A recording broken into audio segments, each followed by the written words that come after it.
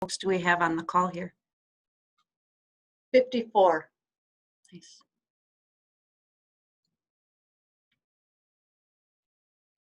So I think we'll get started here. Thank you for joining us on this snowy morning. It's snowing here in Woodbury anyway. I am Beth Engum. I am the co-chair of the Conference Planning Committee and vice president of the Minnesota chapter of APWA. And I'd like to thank you again for joining us for this session on Minnesota climate change. As I think most of you know, we are not having our typical fall conference this November, which was really a shame that we had to cancel it. But hopefully we'll be back there next year.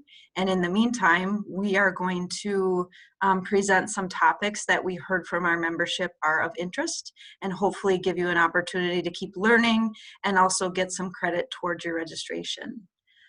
So this is the second of two sessions. There is a session on ethics that's been posted to the chapter website. It's under the fall conference tab if you're interested in checking that out. That was a really good session, and that was given by MnDOT and should count toward an hour of ethics training for PDHs. So I'd like to just thank our conference planning committee. Actually, I wanted to thank our sponsors first. You can see that on the screen here. We have a number of generous sponsors who we would not be able to do what we do without them. So take a look at the screen and thank all of those sponsors for their support. And now I'm going to turn it over to Matt, who is the conference planning co-chair. Matt, take it away. Thank you, Beth. Hopefully everybody can see and hear me. So I'm Matt Somm with the City of Apple Valley, as Beth said, co-chair along with herself for the Conference Planning Committee. And I think Beth's going to bring up all of the other members on the Conference Planning Committee. I too want to take a second to just thank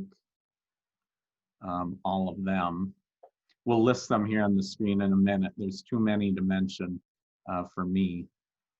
But it's through all the committee members' hard work and pulling together all the great speakers that we're able to provide these sessions to everyone. So once again, it's up on the screen there. I won't read all the names, but thank you to the entire Conference Planning Committee for all you've done to pull these sessions together. Just one little reminder, please have your microphone muted during the speaker's presentation, and then at the end we'll have some time for Q&A. So with that, I'm gonna introduce or turn it over to Bev Farhar. She's gonna introduce today's great speaker. Bev?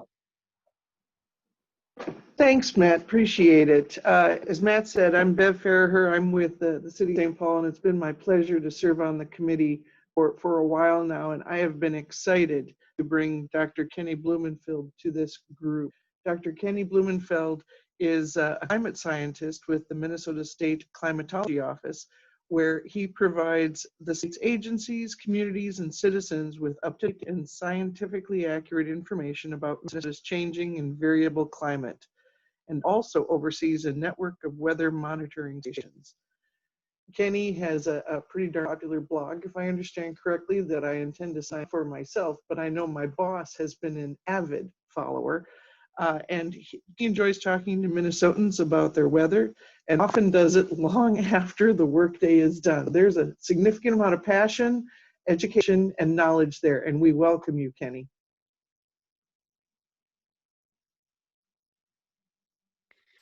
Thanks for that nice introduction, Bev, and good to be on. Do you hear me okay? Yeah, Check, we hear check. you great. And I would share with folks that if you want to ask questions during Kenny's presentation, feel free to use chat box so that we don't have a whole lot of microphone things going on, and we can still get the questions to Kenny. Okay, I'm going to share my screen and begin. Yeah, my name's Kenny Blumenfeld. I'm a climatologist with the State Climatology Office, and what I'm going to share with you today is pretty much what I do most of the time when I'm working. I do have some field work that I do. I manage a network of weather stations around Minnesota, but I was, about half of the reason that I was hired was to help people understand what's going on with our climate. And we're going to get into some of the nuances of it, why these distinctions matter. Yeah, I'm a Minnesotan. I love being outside. I've generally like talking to people about the things that interest them, and if I can ever steer the conversation over towards weather, boy, I just have a great time doing that. I was out playing this morning in the sleet and the snow, and if any of you heard the thunder, um, that's something that gets people like me really really excited. And it's hard, it's one of those things where you can't show too much excitement, because a lot of people are really unhappy with all of this, but I can't help it. It's like being in a playground. Okay, so we're going to talk about what's going on with our climate. And as we do that, I'm going to minimize my thumbnails here. You guys can see me, but I don't need to see me.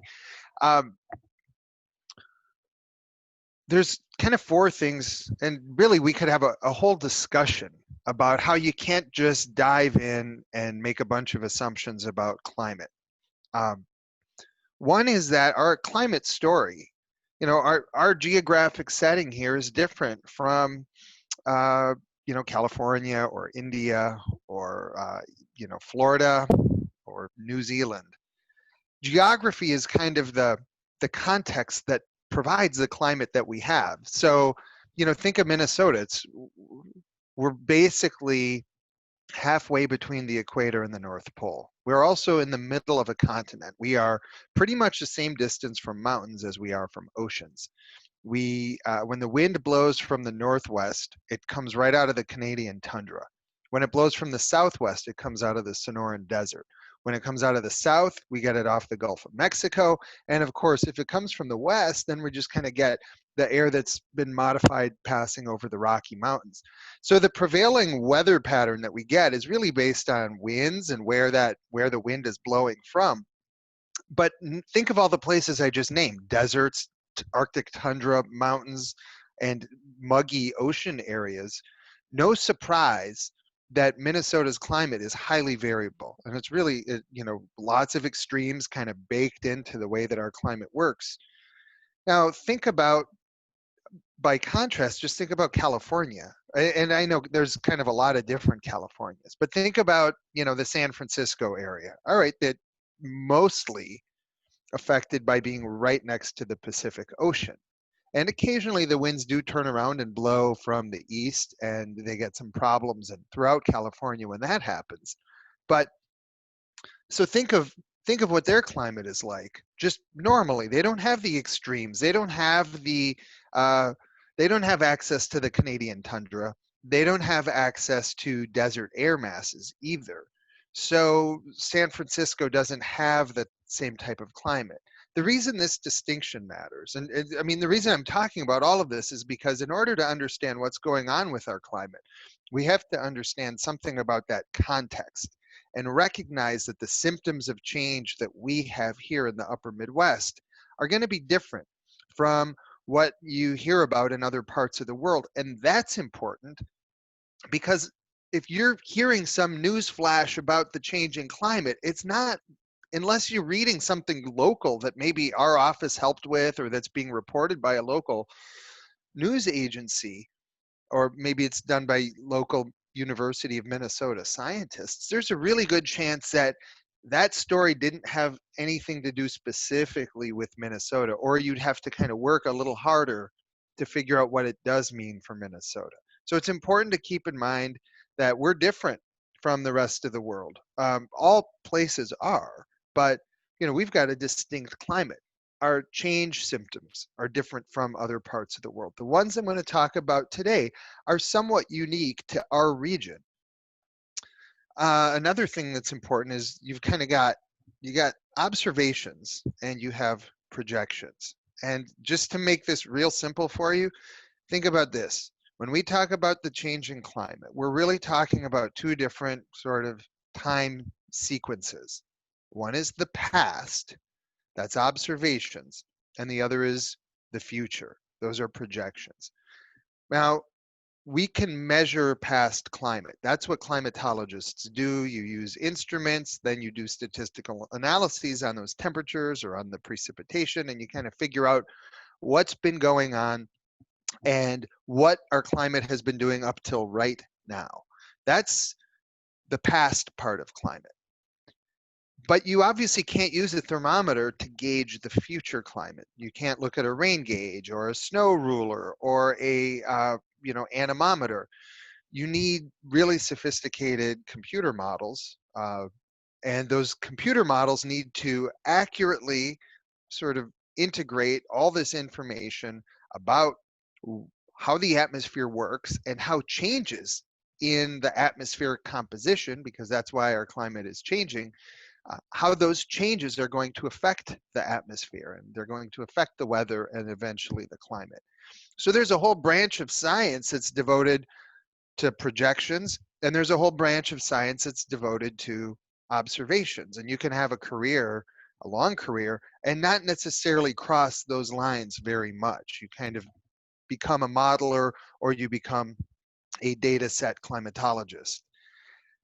Just remember, though, that when you're taking in information about the changing climate, whether it's from a news agency or from one of these kind of science roundups, or from maybe you actually read a journal article, you might have to read very carefully to understand whether they're talking about something that's already been observed or something that's expected. And so just keep in mind, there's sort of two sides of this. There's what's happened, and that's kind of how we know the climate is changing. And then there's what these sophisticated computer models tell us, and that's how we know that the climate is expected to continue changing. The third point is about variability and trends. And these two things, people get in a lot of arguments about this. Take this week, for example. We just had record early snowfall, the heaviest, earliest snowfall on record in the Twin Cities area.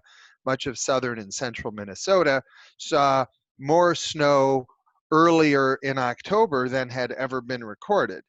And so someone might look at that and say, well, okay, if we got early snow in October, then how can there possibly be climate change? How could you possibly have warming, be talking about warming trends if we're still breaking occasional snowfall records in October? And the difference is that until we know more, and there are going to be people who speculate that that snowstorm actually was linked to climate change. But before we even get there, we have to distinguish the difference between weather and climate, or the difference between variability and trends. Our climate naturally goes up and down all the time. We have warm summers, we have cold winters, but some winters aren't as cold as you'd expect, and some summers are hotter or cooler than you'd expect.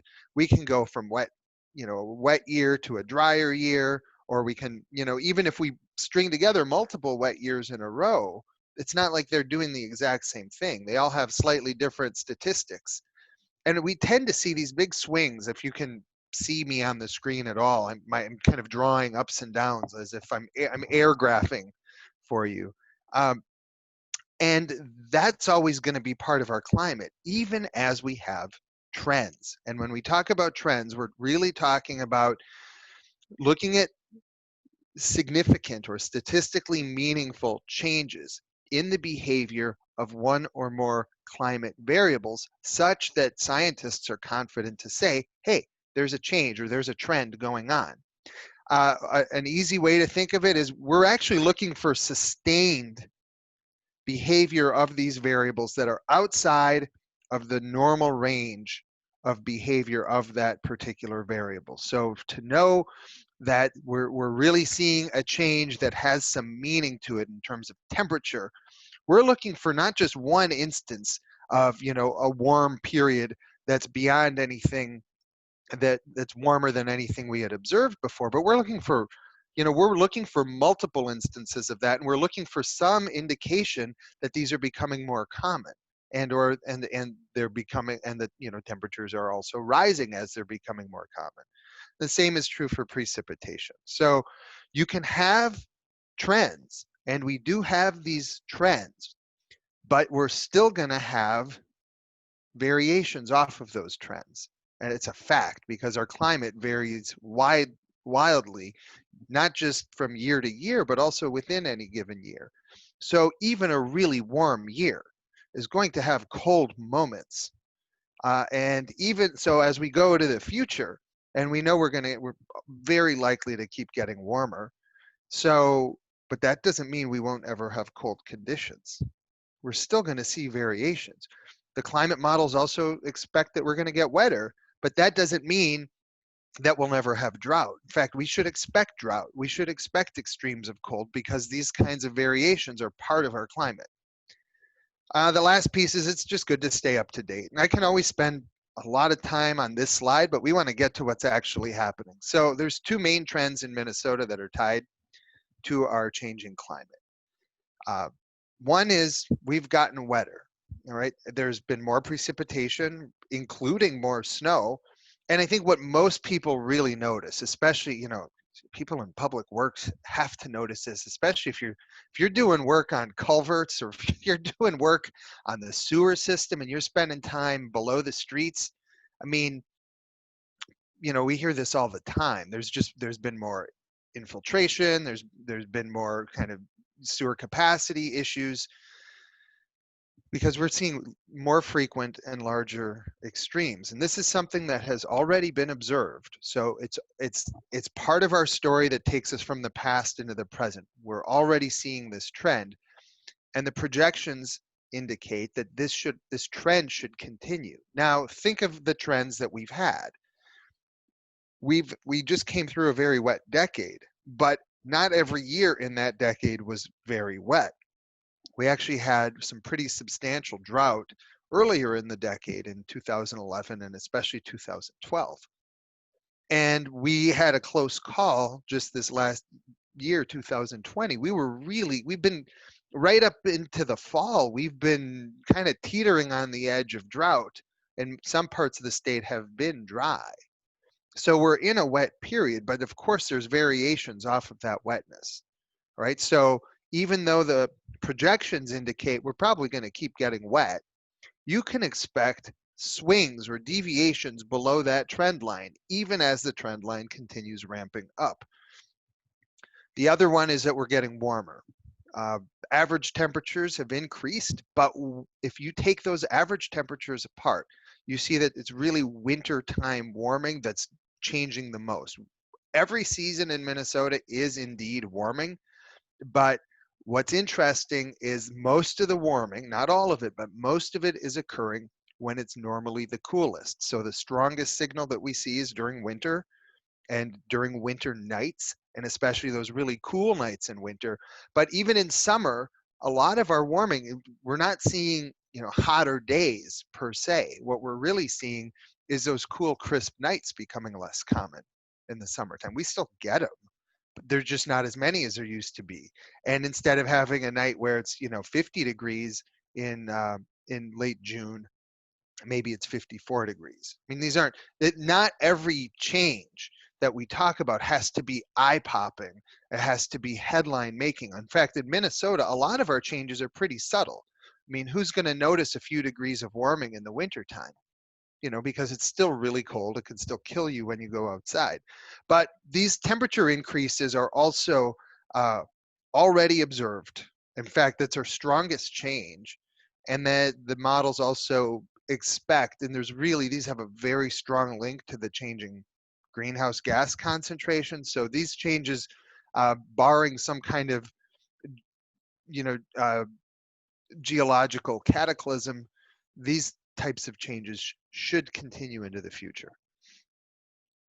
A few things that aren't changing yet in Minnesota. One is heat extremes by most measures. There's an asterisk there where I can find you the very, very rare but extreme instances of heat index where you combine temperature and dew point. There is limited evidence that those are becoming a little bit more common and a little bit more severe. But we're talking about events that occur not even every year, but the most extreme heat events are in that way, when you combine heat and humidity, becoming a little bit more, they're showing signs of increasing. But if you just look at temperature metrics, you know, number of days above 90 degrees or 95 degrees, or number of nights staying above 65 or 70 degrees, we're really not outside of that historical range, not even close. And in fact, when I'll show you some data, there isn't even any indication that we're heading there yet.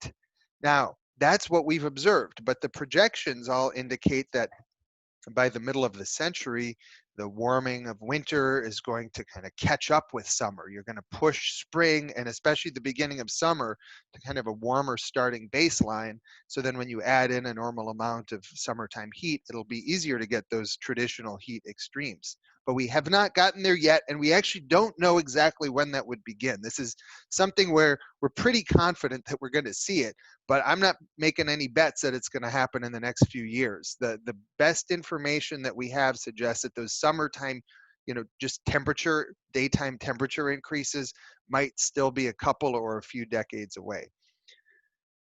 Drought, because we've been so wet, obviously we've seen less drought. And this one is tricky because drought is part of Minnesota's climate. We're extremely sensitive to it, especially, you know, folks who work in agriculture and other sectors from this group. But we're extremely sensitive to drought, so we tend to notice it. It's become less common as we've gotten wetter, but remember the temperature's going up. And as the temperatures go up, it's always going to require more precipitation to kind of maintain the current water balance. So even though precipitation is going up, that doesn't mean it's going up in a manner that will always satisfy the water demands of the increasing heat stress. And by the time we get into the middle of the century, when the hot weather becomes more likely, that's when a lot of the climate projections indicate we could start seeing changes in the behavior of our drought at that point. And then the last thing, I suppose the severe convective windstorms in particular would affect some folks in this audience, you know, with the utility damage and whatnot. But for the kind of traditional severe weather, yeah, I mean, for rainfall, heavy rain, that's something we're seeing increasing. But when you think of the other major hazards that thunderstorms cause in Minnesota, tornadoes, hailstorms, those big straight line winds, we have a data problem. And even when we control the data as well as possible, we don't see any trends. There's no indication that tornadoes have gotten bigger or stronger, or hailstorms are getting more frequent and hail sizes are increasing.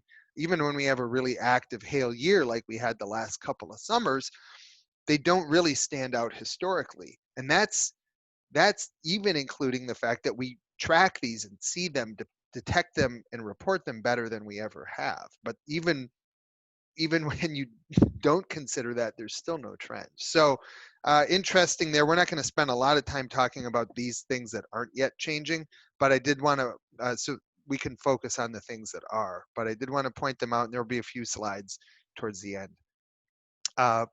So I wanted to look at, you know, just Minnesota's wettest year on record. This was 2019. You can see there's a graph going back to 1895 that shows all the annual variability. This is just average precipitation around Minnesota, and you see that you know, 2019 stands out as the wettest year on record. Now, it doesn't mean every single part of the state was wet, but the majority of Minnesota was wet. There was definitely kind of a signal in the southern and eastern parts of the state that was driving the statewide average up a little bit higher. But that same consideration is at play every year. There's going to be dry parts of the state. There's going to be wet parts of the state. When you're doing an average, you know, it's this sort of predominant signal that wins out. So when we average everything around the state, 2019 really stood out. I just want to show you, I meant to have this graph before the last one, but this is kind of a two-way image. So on the x-axis, going from left to right, you've got annual temperature around Minnesota. Again, this is averaged. I don't want to get into the details about how this is done, but this is from a standardized national data set. And instead of having individual points that were, you know, stations that were averaging together, it actually takes a homogeneous surface So we basically create a grid, and then we cut Minnesota out of that grid. So this is average temperature going from left to right every year in Minnesota. And then going from bottom to top, you've got precipitation. So I don't know if you guys can see my cursor, but the dots that are up in the upper right quadrant represent years that are warmer and wetter than the other years. The axes in the middle there are the 20th century averages. So in the upper right quadrant, you've got years that are warmer and wetter than 20th century averages. And in the upper left quadrant, you've got years that are cooler and wetter. In the lower left quadrant, you've got cool and dry years. We don't know, because we're looking at temperature versus precipitation, we can't then also plot time. So, but what we do know, we don't know what year any particular dot is, but if you look in the key, you see that these are only years from 1895 through 1986. And if you look at that, notice that that cluster is pretty well centered. Of course, there's a few outliers far to the right and far to the lower left and at the bottom, but for the most part, it's pretty well behaved, pretty well clustered right around those 20th century averages. Now look at what happens when I add the years after 1986. And by the way, the only reason I cut it at 1986 is because when I started showing this graph, that gave me 30 years that I could show the change for. And now it's obviously more than 30. We go through 2019, so it's 87, so it's 33 additional years. But look at what happens with the most recent 33 years. It's a completely different distribution. Here's where we started. There's the kind of years right up through 1986, and there's the most recent 33. You can actually see, and I guess this one doesn't go through 2019. The 2019 was the wettest year on record, and so it would be the highest point on the graph, and it was a little bit cool, so it would be just to the left of that center axis. But look at 2016. It stands out as the wettest and warmest combined year on record by a lot. And look at the other red dots around it or near it that it sort of beat for that distinction. All of the combined warmest and wettest years on record have been since that, in that most recent 33-year period. And only one year was both cool and dry compared to 20th century averages. And the other 32 were some combination of wet and or warm. So really marked shift in our hydroclimate, where we've shifted to both wetter and warmer conditions. This is average precipitation taken around Minnesota, just kind of a simple bar graph, just showing you that it wasn't just that 2019 was wet, but that the whole decade was really wet. You can see that the very dry 1930s, you'd expect that. That was the Dust Bowl drought. We have to sometimes be careful because that was such a severe drought that if you just look at what happened from the 30s into the 40s, you're like, whoa, that's quite a trend. Actually, the climate that we went back to in the 1940s and 50s and 60s is kind of typical for Minnesota. So it's better to, rather than comparing the changes since the 1930s and 1920s, it's wiser and more scientifically honest to compare the changes since the middle of the 20th century, or just use the entire record where all that variation gets smoothed out a little bit. If we then look at annual heavy precipitation, say in the Twin Cities area, so here we're just defining heavy precipitation at the sort of entry level. If an inch or more of precipitation falls in a given calendar day or observation day, we count that as heavy precipitation. An inch of precipitation generally doesn't cause huge problems, but if you've already been wet, then you do start to see some secondary issues, maybe some flooding. You see that the bars are tallest as you get into the 2010s. There's, in other words, more heavy precipitation. More of our annual precipitation was coming from heavy precipitation in the 2010s than any other decade. And the line graph that's associated with that just shows that the proportion of that annual precipitation coming from heavy precipitation was also the highest during the 2010s. So you can kind of add it up. We're getting more precipitation, but we're getting more heavy precipitation that's kind of pushing those annual precipitation values up, and is essentially that heavy precipitation is accounting for a greater share of the total precipitation. So that kind of means more of what we're getting, or proportionally more of what we're getting, is coming from those downpours than from just kind of light and moderate rainfall events. Now we can do the same thing, but go around the state and look at all of the stations that have 100 years of record, and we've got 39 of them. And so we just sort of do a census for each of those 100+ years, going back to, I think it's 1916, and what is the average number of 1-inch rainfalls in these long-term stations. And you can see that 2019 was also the most on a statewide basis, and that's for stations that have continuous records back for 100 years. So we're not altering the playing field by adding new stations at the end. This is a controlled data set. Now, 3 inches of rain is more consequential than 1 inch of rain, and although 2019 was not the #1 year in the state, remember, we're not really, we don't want to focus too much on individual instances or events, because that could just be variability. What you're really looking for is a trend. And with those 1-inch rainfalls, you do see a fairly consistent, it's not every year, it's not year after year, but you do see a fairly consistent increase. Depending on how you cut it, it's 20 to 40% increase in the frequency of these 1-inch precipitation events. For 3-inch precipitation events, where now you are almost in any condition producing minor or entry-level flash flooding, we've got, depending on how you look at it, a 60 to 90% increase in the frequency of these. And again, it's not because we've got more ways of observing it. We're holding that steady. It's just that they're happening more.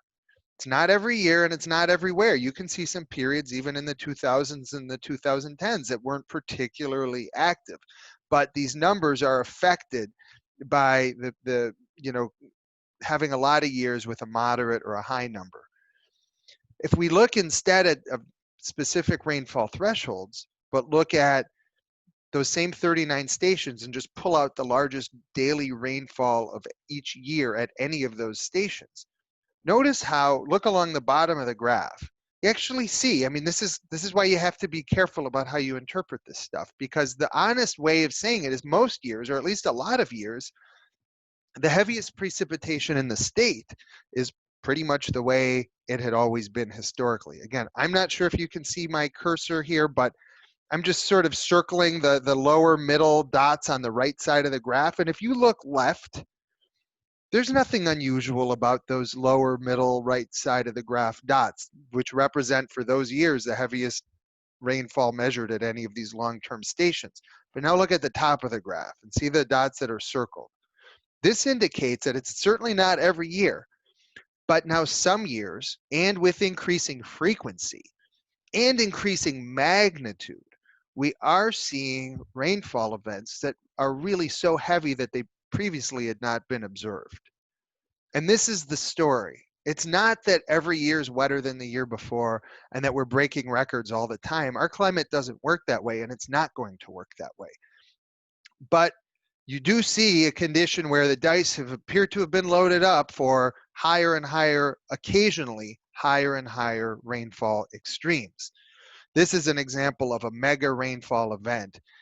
These are the ones that can, they're most likely to wash out roads or culverts or, do infrastructural damage, because they're not just extreme at a point. They actually tend to cover large areas. These are rare events. We had one this summer, and it happened to go down pretty well. It was in Sibley County, kind of part of Renville County. But this would be where you get 6 inches of rain or more, covering 1,000 square miles. 1,000 square miles is about the size of a typical central Minnesota county. In the metro area, it's kind of like 2 counties combined. So it's a large area, and 6 inches is just under the 100-year rainfall threshold for kind of the average location in Minnesota. So getting that kind of rain over that large of an area can cause huge problems. And again, it's not that they're happening all the time. It's that these rare events have become somewhat more common. So that between 1973 and 1999, when we had really good ability to track these kinds of storms, we counted 6 of them. And yet in the 21-year period after that, so a shorter period, we counted 11 of them. So essentially, you can just assume that the frequency is maybe doubled. So they're still not happening every year, but instead of maybe happening every 4 years, they're happening every 2 years or so. And these things can cause a lot of problems. Here's in Moose Lake in 2012, you got a nice soccer field, and then there's after. And you know, anyone who's a detective can tell that these are actually different days, different, maybe even different times of year, because the trees don't have leaves here and they do here. So don't worry, those kids are safe. But the point isn't about the kids anyway. It's about, look at what that kind of rain can do. Here's Brewery Creek in Duluth, same event. This is June of 2012. There's before, there's after. And again, the point isn't that these are happening all the time everywhere, coming to every town. It's that they're just more common. They're still very rare events, but they have become more common. And if we were budgeting them for being, you know, for them being really rare, and now they're somewhat less rare, well, no wonder the state's agencies and communities are having a hard time keeping up with heavy rainfall, because these are expensive things to try and repair.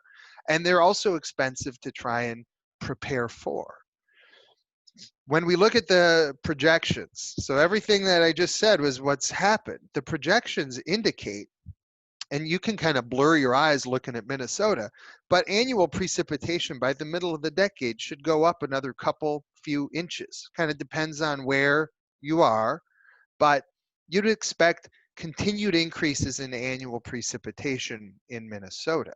And that is going to account for years where we dive way down and don't get very much and end up in drought. But then there's going to be other years where we probably break some of the records that we've set recently. So that's the expectation from the sort of latest generation of climate projections. And of course, if annual precipitation is increasing, as you might expect, some of that's going to be coming from heavy and extreme precipitation, which is also expected to increase. This particular image just shows that Minnesota's kind of 98th percentile rainfall, you know, typically occurs 1 to 2 days a year now, maybe will occur 2 to 3 times a year in the future as we get into the middle of the century. And of course, that's an average. Some years you probably won't have any, but then other years you might have 6 or 7 such days. So the precipitation should continue increasing, and heavy precipitation along with it. Here's an interesting piece. Minneapolis's snowfall through the 2010s was not at record levels, but near historical high marks. And this is true in a lot of Minnesota, that along with precipitation, seasonal snowfall is at or near kind of historical high marks. And the heavy snowfall, which is showed with this line graph, the days where you get 4 inches of snow or more, actually maxed out in the 2010s in almost all Minnesota stations. We saw more heavy snowfall the last decade than any other decade on record. And that's interesting because look at how our temperatures have changed. If we look at annual average temperature in Minnesota on the left there, you see an increase of about 3 degrees Fahrenheit on average, faster warming in northern Minnesota than in southern Minnesota. And this is total temperature change since the beginning of our kind of reliable instrumental record. In the middle map, though, you see that winter lows, the low temperature on a typical night during winter, has increased dramatically, especially in northern Minnesota, but it's dramatically statewide.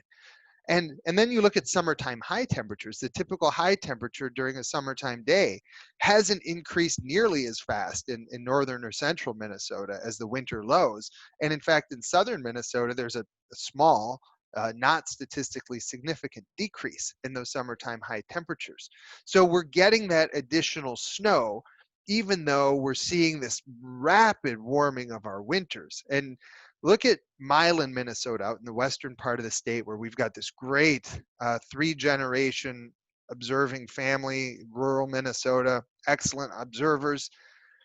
The 2010s had near historical high marks for snow, and also we're at far in excess of historical records for number of days between November and March that stayed above freezing. So these complete thaw days at a time of year when you normally have a lot of days below freezing. So this is the changing dynamic, more snow, but also more days above freezing during winter. Here's just another kind of a left and right map showing two different 30-year periods that are right next to each other. One ends in 1988, the other begins in 1989. And look at the average low temperature during winter between those two 30-year periods. It's a 5 or more degree Fahrenheit increase. Our typical low temperatures during winter have really jumped up. And the lowest temperature that's recorded in any given winter is generally, not every year, but generally warmer than it used to be. So here again, we're out in Milan looking at the coldest day of the year, and there you see the really cold morning, January 29th or 30th of 2019, circled with that red dot. But if you just look left from that, look at how common that kind of value used to be. We now consider it to be extreme. What we used to consider to be extreme doesn't happen very much anymore. So you take the winter of warming, you add, or the warming of winter, you add the increases in precipitation, including winter precipitation, and you have another phenomena, which is more rain during winter. And this graph is just showing in Duluth, we could do this for any station in Minnesota. More days during winter between November and March where there's precipitation falling and it's not snow because the temperatures are above freezing and no snow is being reported, it's rain. So, and again, these are, you know, doubling or tripling of the kinds of days with that type of precipitation. It's not saying that every time that we get precipitation, it's raining in the winter time, but it is showing that snow is increasing even though the number of days with something other than snow is also increasing. And this shouldn't surprise you. You get more snow, you have more days with rain in the winter, you have more days above freezing in the winter. This graph is just a big kind of comprehensive way of showing that our typical snowpack, if you just put a ruler in the snow any time of winter, there's a good chance that it's lower now than it would have been historically. The number of days with 6 or 12 inches of snow on the ground between November and March in Duluth has decreased by 25 or 35% respectively. And also between November and March, the number of days with no snow on the ground has increased over 60%. And so think about the changes that this means for, you know, anybody managing water utilities. This has big implications because you're often expecting that big spring recharge in the groundwater because the snow all comes off in March and it trickles into the ground and it replenishes the groundwater aquifers. But if instead that snow is just melting during the winter while the ground is still frozen, then it's actually going to end up in the river system and not going to be available for groundwater recharge. And, you know, for those who like outdoor recreation, this does affect Minnesota, and this is a good proxy for other ways of looking at winter. For the lakes that have both ice in and ice out data going back more than 30 years, the DNR has found a pretty substantial downward trend in the length of the ice over season. Now we had some good years recently. 2018 and 19 produced pretty favorable ice cover seasons, but the long-term trend is to lose about 4 days of ice cover per decade. That's annual ice cover. So that a typical winter now has about 12 days, roughly 12 days fewer ice cover, typical year now, than a winter just in the 1980s. Meanwhile, as I mentioned, the summertime heat is not really increased, at least in terms of daily high temperatures. So we don't see, this is just average high temperature averaged around Minnesota for the 3-month summer, June, July, August. And you don't see anything suggesting that our high temperatures have left that historical distribution and are now hotter than we've ever observed. On the left graph, we're back in Milan, Minnesota, and we're looking at the hottest day of the year. And that's the sort of red jaggedy lines, the hottest single temperature each year. There's absolutely no indication that we are heading towards unheard of extremes in terms of the highest temperature of the year. That orange line below it is just take the average of the 15 hottest days of the year and look at those. And then those darker lines are just the 10-year averages of these values. Neither of these have left the historical distribution anywhere in Minnesota.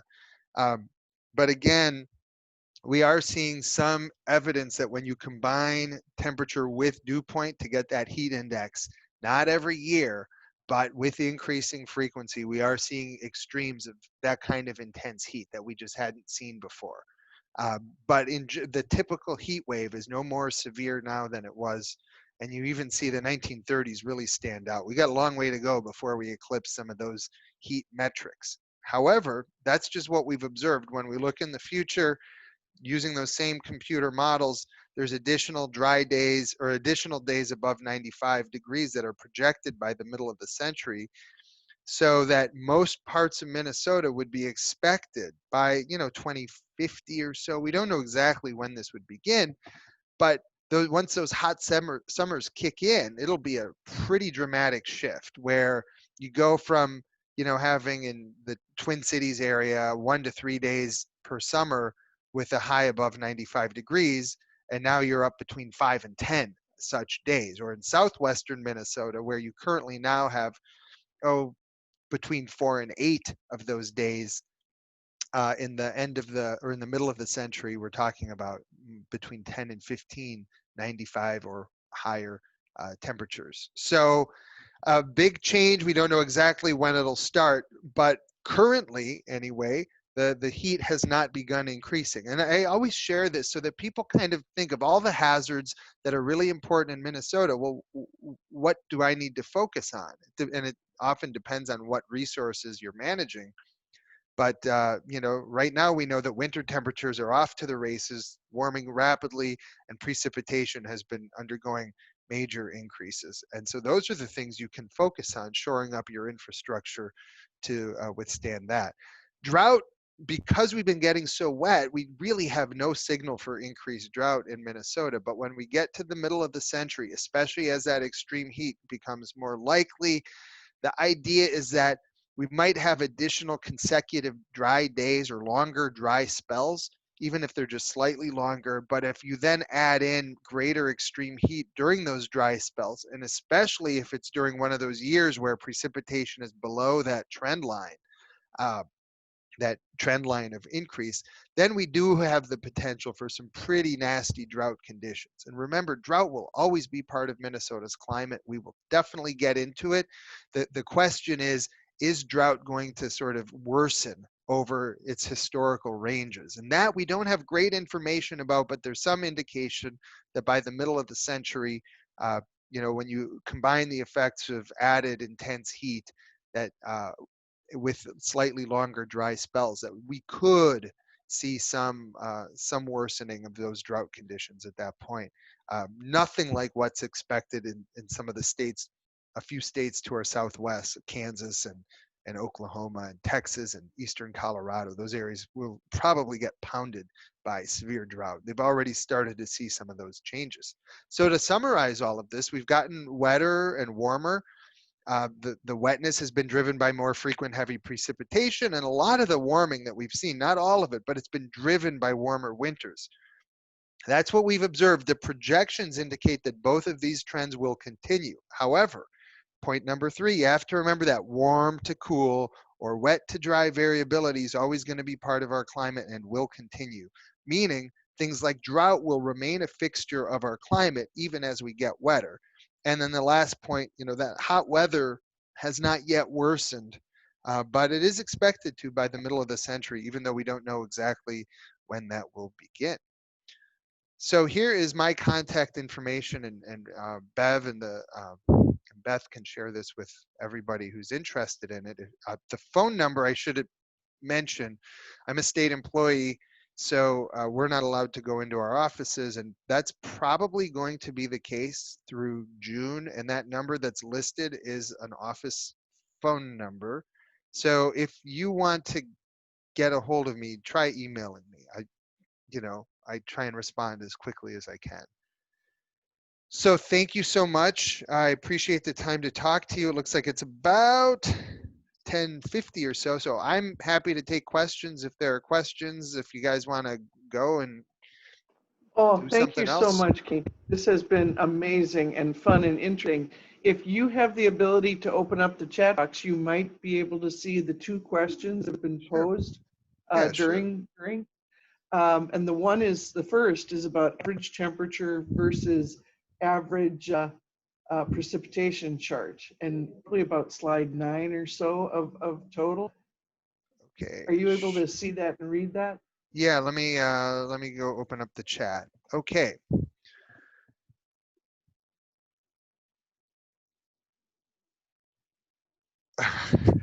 I'm looking at the, okay, so the first comment, yes, I am purely in analysis of the weather, and I would never consider myself an engineer. Engineers generally, you know, there's a point where meteorologists and climatologists where we think we've done enough math, we're getting past differential equations and things are getting abstract, and it's great because the engineers who are in all our math classes, they keep going. Yeah, no, I'm not an engineer. I'm a weather guy, but the oh, I'm very impressed with the October snow, but thank you. Okay, so then the next question was average temperature versus average precipitation. The last 30 years have been wetter and warmer than previous 100 years. Have I looked at the 100-year data set in groups of 30 and compared the distributions? Yeah, that's a really interesting question. So I did that because I'm always looking for ways to sort of tell a story about what's happening and do you see sort of stepwise changes in our climate? And the truth is that this 30-year period, beginning sometime, if you look at the really precise hydrologic analyses that have been done through people at the United States Geologic Survey and some scientists uh, that at universities and whatnot, there seems to be a kind of a break point right around 1982 where we really started getting wet. And for the warmth, uh, the break point is either, depending on where you are in the region, somewhere in the mid 1970s or possibly in the early 1980s. And it's not entirely clear. I mean, there might be sort of combined climate mechanisms that led to this jump in our climate. Um, you know, it could be that uh, we were sort of adding up greenhouse gases and adding them up and adding them up, but the total effect, because these are nonlinear factors, the total effect was sort of lagged and then it just kicked into gear after a couple years. But in any case, the issue is that you don't see sort of a progression of 30-year periods. If you look at the 20 or 30-year averages from the beginning of the record up until, say, 1970 or so in Minnesota, what you see are these distinct sort of up and down phases that established our former range of variability.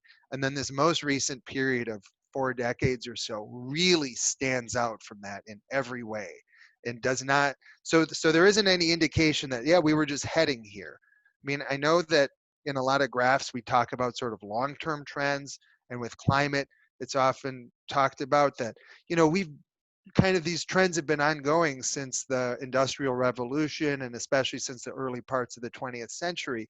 And that's true when you do linear analysis, but when you really dig into it, the fact is almost all of the change has been concentrated in the last 4 to 5 decades. And so we don't see a lot that sort of leads up, that sort of points to the kinds of changes that I showed in that graph. If I hope I sort of interpreted the question correctly, and chime in if I didn't, but yeah, there's sort of almost random statistical distribution among previous periods and then just this huge jump off the charts almost that you see in the recent few decades. Very good question. Then uh, attendee number 16512, can we explain the method behind the reason for the recent change in determining wind chill temperatures? Okay, so I only know a little bit about this, but essentially, you know, when we talk about the wind chill temperature, um, we're talking about an effect on humans right? That's all we really care about, because wind chill doesn't affect things that don't perspire, and other species perspire at different rates. And the challenge has always been that, well, temperature is taken at 2 meters, or about the height of a average adult, roughly. But winds are taken at 10 meters, or about 30 some feet off the ground. And previously, the old wind chill factor would just take the wind at 30 feet, combine it with the temperature, and then sort of assume that any given person was exposed to those conditions, which really isn't true. The winds slow down closer to the ground.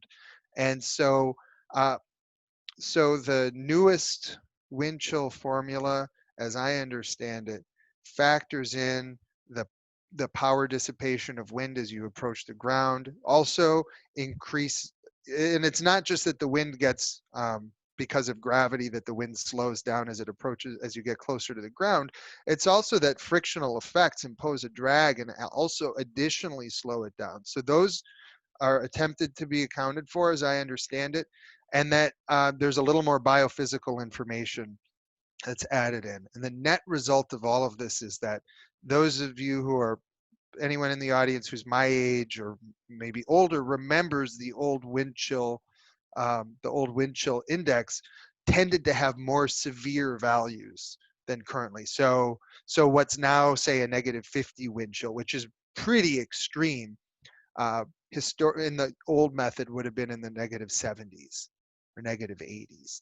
And so, yeah, it's resulted in a change. And, scientists are always hesitant to change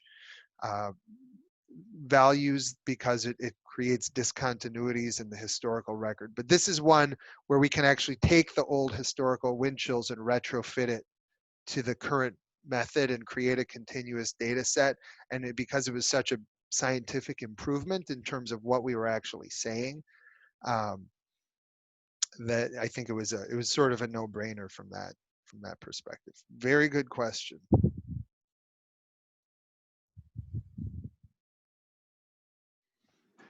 Any other folks have any other questions? Last call. Then I will ask everyone to express their thanks in their own special way through comments or whatever to Kenny. And thank you, Kenny, from APWA and our plan committee and all of us for your excellent presentation. You're getting clapping, getting all sorts of stuff here from folks who very much clearly appreciated your presentation. So thank you so much. And I'll get back to Beth. Thank you, Bev, and thank you, Kenny. We really appreciate the time you've given us to tell us a lot of stuff that maybe we knew and didn't know. Frankly, I didn't know a lot. So I just wanted to wrap things up here today by sharing again the list of our sponsors.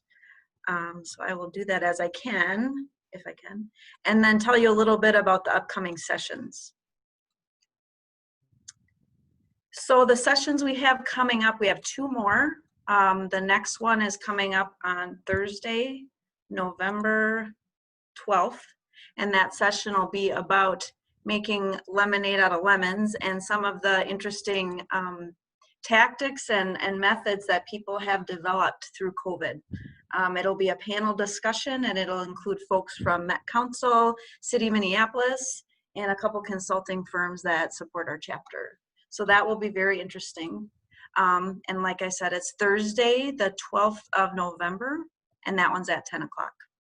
And then the 4th and final session that we're preparing is another panel discussion that will be held on Thursday, November 19th. And the topic for that one is racial equity. So more to come on the details of that session, our last one. And again, thank you, Kenny, and thank you everyone for your participation. Thank you. It was real nice talking with you guys. And again, happy to take any further conversation or questions over email. Thanks. Great. Everyone have a good snowy day and maybe an early commute home. That's kind of what I'm planning. Thank you.